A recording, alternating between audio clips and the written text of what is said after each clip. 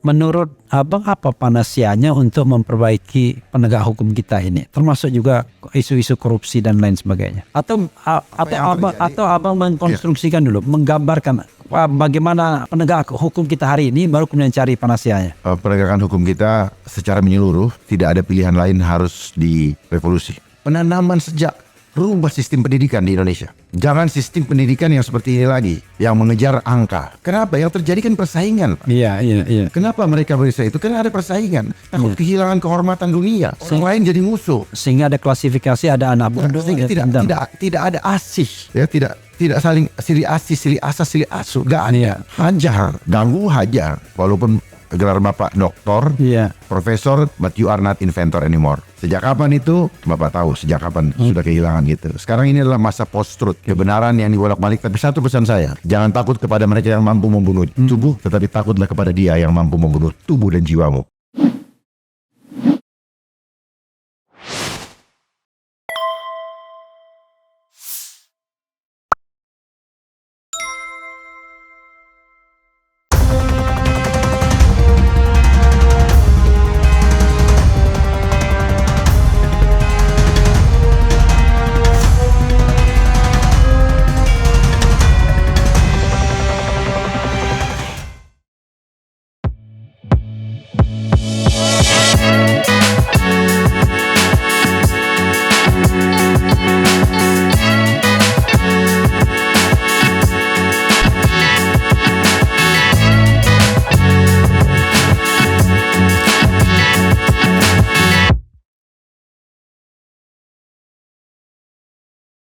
Kalau hubungan vertikalnya antara negara dan masyarakat berapa skornya? Dengan pemikiran begini, dulu negara kita dibangun, kan negara itu seperti bapak yang mengayomi dari rakyat untuk rakyat. Ya, mengayomi anaknya gitu-gitu. Tapi sekarang kan berapa skornya? Mohon izin untuk yang ini saya tidak akan. Oke, nggak apa-apa. Tapi intinya adalah bahwa dari skor-skor lainnya itu memang rata-rata di bawah 5 kita kan. Bahkan tadi kemandirian ekonomi cuma 1 saja. Nah, tapi tentu pas sobat era sekalian kan pengen tahu, Panarma kan berasal dari institusi kepolisian. Kita itu cinta sekali yang namanya polisi, ya kan? Gak mungkin negara tanpa polisi. Tapi at the same time, orang prihatin, ya kan? Dengan polisi. Saya sampai bikin polling, dan kalau setiap polling saya kan ada puluhan ribu yang biasanya ngisi polling itu. Apakah Anda percaya dengan polisi sebelum kejadian Sambo? Ini saya mau frankly speaking. Mayoritas bilang gak percaya. Dan itu angkanya 90%. Ya walaupun barangkali terpengaruh sama Sambonya. Nah sekarang pertanyaannya, dengan karut-marut, dengan carut-marut seperti ini, kita tahu tiba-tiba ada isu uang, wow 100 triliun gitu kan. Ada, profiling harta kekayaan yang nggak masuk akal gitu ya.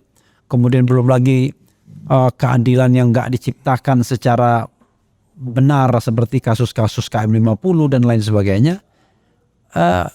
Menurut Abang apa panasianya untuk memperbaiki penegak hukum kita ini, termasuk juga isu-isu korupsi dan lain sebagainya?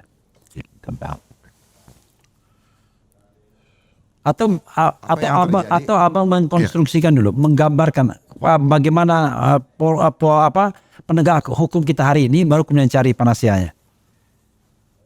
Penegakan hukum kita secara menyeluruh, tidak ada pilihan lain, harus direvolusi. Kata-katanya revolusi, bukan lagi reformasi. Kalau reformasi kan reform, Pak. Iya. Dibentuk ulang. Iya. Dibentuk ulang, bahan bakunya sama nggak kan gitu. Ya. Kalau saya bilang revolusi ini kan evolution. Ya. Jadi dia kayak bermetamorfosa. Nah, saya masuk ke ini, apa yang terjadi antara perilaku dengan misalnya perbuatan yang tidak baik sama korupsi, ini sebenarnya satu rangkaian, Pak. Oke. Ya. Oke. Ini bicara, kalau dalam satu organisasi kan kita bicara struktural, kultural. Ya. Tapi saya tidak mau mensoroti struktural, karena struktur ini sangat tergantung siapa. Ya, siapa yang menjalankannya, Pak. Iya. Iya. Mau strukturnya kayak apa? Karena struktur ini pasti ada motifnya, Pak. Iya. Dibentuk untuk apa? Kan itu. Oke. Fungsinya untuk apa? Tapi dan saya lebih suka menyoroti masalah perubahan culture. Oke. Culture. Oke. Ya. Karena ini adalah bagian daripada budaya organisasi, Pak. Oke. Nah, suatu organisasi, apalagi Polri, itu kan bentuknya adalah bentuk hierarki. Oke. Ya, ada kekuasaan dan kewenangan. Iya. Dan seorang pemimpin itu sangatlah vital menentukan hitam putihnya atau merah putihnya dari suatu organisasi. Iya. Makanya tidak salah kalau Pak Kapolri suka bilang ikan busuk Dari kepala. dari kepala. Iya. Karena kepala menggambarkan pemikiran, proses dan tindakan. Iya. Gitu. Nah, kalau pikirannya tidak bagus, maka tangan kaki ngikut tidak bagus. Iya. Jadi, nah, kenapa tidak bagus? Karena bawahan itu secara insting atau alam bawah sadar, mereka akan merasa aman kalau mengikuti value-nya pimpinannya. Karena pimpinan kan mewariskan value. Iya. Dia menebar value. Entah pimpinan sebelumnya, terus kemudian yang mungkin yang sekarang sedang manggung. Itu kan ada value, Pak. Nah, value itu mau tidak mau akan mempengaruhi sadar atau tidak sadar kepada anggota atau bawahan. Iya. Sehingga kenapa? Karena bawahan akan merasa aman untuk mengikuti value tadi. Iya. Itu secara tidak sadar. Iya. Tapi ya sayangnya akhirnya lebih takut kepada manusia daripada kepada pencipta. Oke. Itu yang terjadi. Sebenarnya kalau kita punya pemahaman yang benar akan suatu kebenaran, Iya. maka kita tidak akan pernah salah jalan, tidak akan pernah salah pilih. Dalam hidup kita tidak bisa, you cannot catch two rabbit at the same time. Oke. Tapi kan manusia mau bicara imbang-imbang lah, mau di sini sedikit, mau di sini. Tuhan nggak bisa ditimbang-timbang, Pak. I see. Saya selalu bicara arahkan ke sana karena kehidupan kita dengan hubungan kita dengan Tuhan jangan pernah dipisahkan. Artinya kalau kita ingat Tuhan, kita nggak akan korupsi. Pasti. Kalau Karena kita apa? ingat Tuhan, When you love. iya ya. Kalau kita ingat Tuhan, kita akan berlaku adil. Pasti, Pak. Iya. Pasti. Karena apa? Hidup ini akan berakhir. Hidup kita tujuannya apa? Memuliakan manusia, otomatis memuliakan dia. Jadi pendekatannya kultural bukan struktural ya. Kultural, Pak. Seperti Revolusinya revolusi. Profesor Taverne. Iya iya. Bapak paling ngerti lah orang hukum. Iya. Berikan saya hukum yang tidak bagus, saya bisa Iya. ini. Berikan saya, walaupun hukum itu bagus kalau dipegang oleh orang yang jahat. Iya. Jadi tetap, karena yang memainkan tetap manusia, Pak. Kurang bagus apa aturan sebenarnya? Jadi kalau selingkuhin oleh banyak kita. iya, tapi artinya kalau ketika kita mencoba untuk berubah, yang kita butuhkan pengkhotbah dong berarti. Tidak, Pak. Penanaman sejak rubah sistem pendidikan di Indonesia. Jangan sistem pendidikan yang seperti ini lagi. Yang mengejar angka. Oke. Ya. Kenapa? Yang terjadi kan persaingan, Pak. Iya, iya, iya. Kenapa mereka bisa itu? Karena ada persaingan. Takut kehilangan kehormatan dunia. Iya, iya. Orang lain jadi musuh. Sehingga ada klasifikasi, ada anak bodoh. Sehingga tidak ada asih. Iya. Ya, tidak saling silih asih, silih asah, silih asuh. Gak ada. Iya. Hajar, ganggu hajar. Ya kan? Kenapa? Ada uang yang bukan hak atau yang bisa dikorupsi diambil, yang penting gak ada yang kelihatan. Gak takut lagi sama Tuhan. Tapi kalau Tuhan yang mengontrol kita, di depan atau di belakang kita gak berani bikin apa-apa. Ya itu kan kalau kita bicara sistem pendidikan, itu kan berarti kan kita dari bawah ya. Ya. Sebenarnya yang di existing ini gimana? Ya, kalau yang di existing, ya kan gini, ada yang di luar, ada yang kalau yang baru mau masuk itu dari mulai pendidikan pembentukan. Ya. Tapi kalau yang sudah ada di atas, tinggal ikan busuk dari kepala tadi, Pak. Kalau kepalanya, ya, kepalanya itu tahu betul kebenaran. Oke, dia akan bisa menularkan ke bawah. Bukan cuma menularkan, Pak. Walk the talk, Pak. Oke. Kalau kita tidak ada loophole, Iya. apa yang kita takutkan? Ini kan masalah loophole aja. Karena pada dasarnya semua orang mampu berpikir idealis. Iya. Tapi persoalannya sampai kepada tataran eksekusi tambias. Ketika ada politik saling sandra misalnya ya. Nah itu problem dari loophole tadi, Pak. Iya. Pertanyaannya ada misalnya ya, kalau di Kejaksaan Agung kan kita bisa cari orang lain, ya kan? Orang yang betul-betul kita masukkan ke sana kan sebagai kepala tadi. Tapi kalau di institusi seperti kepolisian kan nggak bisa. Kita harus ngambil apa yang sudah ada dan terbentuk dari awal yang barangkali keliru tadi. Sehingga loopholes itu sudah tercipta. Begini, saya tidak bisa menyalahkan sistem yang berjalan di kepolisian karena itu hanyalah bagian subsistem daripada sistem perpolitikan nasional. Iya. Itu adalah residunya. Apa yang terjadi di situ menggambarkan bagaimana sebenarnya yang terjadi secara nasional. Sebenarnya. Cuman belum meledak. I see. Jadi di departemen lain juga banyak sama. Ya, jadi sebenarnya hanya soft-soft aja. Kita bicara tentang top leadership gitu ya. Right. Oke. Terakhir mungkin ini ya. Saya mau bacakan sedikit nanti. Sepercaya apakah atau seberharap apakah seorang Dharma Pongrekun terhadap perubahan kepemimpinan nasional? Karena masuklah, kan tadi kan bicara tentang 7 hal tadi kan bisa sekarang, bisa besok ya kan melaksanakannya. Tapi sepercaya apakah terhadap kepemimpinan nasional yang akan mudah-mudahan lancar pergantiannya pada tahun 2024? Atau ada tips-tipsnya atau pengen ngomong sesuatu yang dikaitkan dengan apa yang dipikirkan tadi? Siapapun pemimpinnya, selama yang penting dia tidak boneka. Oke. Kalau dia boneka, sami mawon. Boneka itu bisa boneka dalam, bisa boneka luar. Mostly boneka luar ya? Ya kalau yang di dalam kan boneka, Pak. Enggak, maksudnya bisa boneka orang dalam, bisa boneka orang luar gitu? Enggak. Yang namanya boneka, dia dikendalikan dari luar. Oke. Dia jadi karena luar kan gitu. Bukan karena... Nah, maksudnya luar teritorial negara bukan? Oh enggak. Enggak, dan dalam negara juga? Iya, artinya kan dia pemimpin kan? Iya. Pemimpin di negara kita. Nanti kita harap ada yang terpilih, tetapi kita berharap dia bukan boneka. Iya, maksudnya dia bisa mengambil sikap untuk menyelamatkan harkat dan martabat bangsa. Oke, maksudnya dia bukan boneka dari orang-orang yang kelompok-kelompok kekuatan yang ada ya? Di dalam. Oh.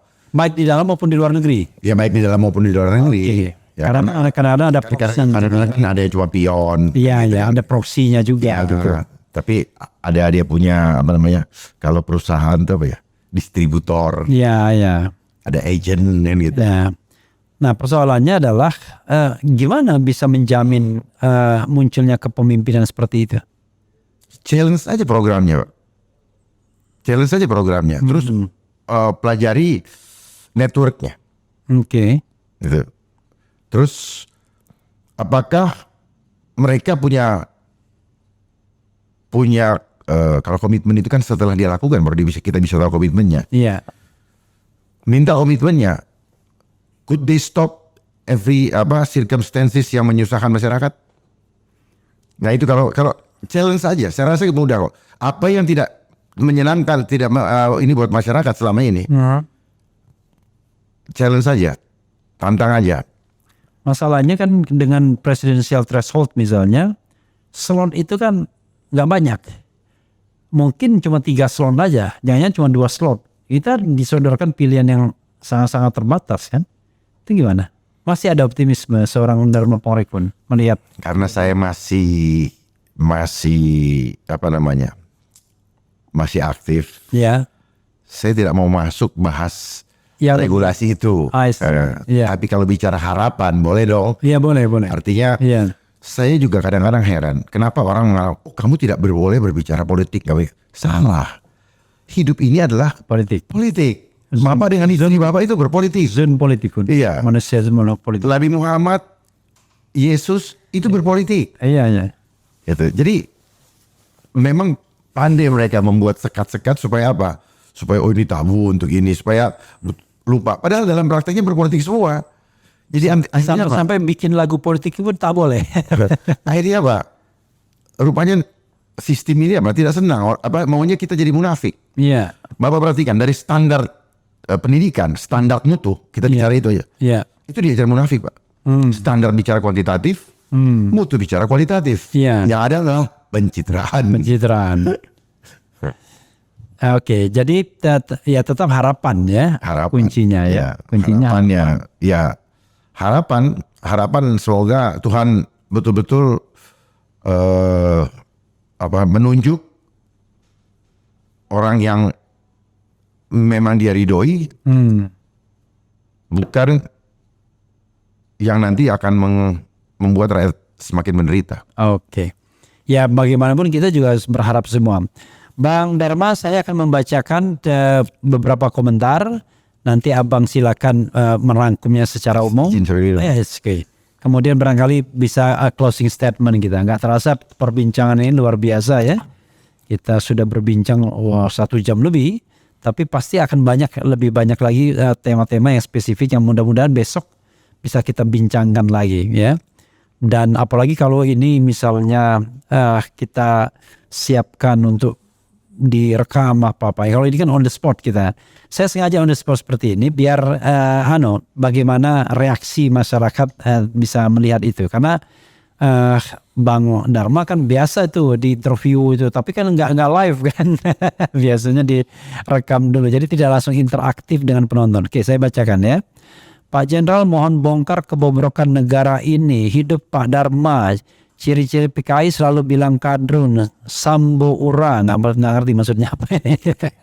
Kemudian Bang Refli Harun, tolong tanyakan ke Pak Dharma bagaimana melindungi cara pikir generasi muda dari pengaruh liberal dan budaya hedonisme. Terima kasih Bung Era sudah bisa menghadirkan Bapak Dharma Pongrekun. Semoga perbincangan ini bisa memberikan pencerahan dan menjadikan hidayah bagi semuanya buat kemaslahatan bangsa, meski ada sebagian yang merasa gerah ya. Mudah-mudahan kita tidak menyinggung siapapun ya. Karena kita ingin kebaikan kan. Ciri-ciri PKS oke. Refli Harun tanyakan sebagai BSSN, kenapa banyak instansi pemerintah apalagi di daerah aplikasi webnya dibuat dengan amburadul kodenya, asal jadi dan jarang update. Sangat wajar kalau web pemerintah mudah dihack ya. Dharma besok pindah agama biar jadi ustadz versi Monaslimin. Apa yang kalian lakukan dalam hidup bergema di keabadian. Allah Subhanahu wa taala akan tetap hidupkan, munculkan mutiara, cahaya di antara busuknya dan kelamnya dunia.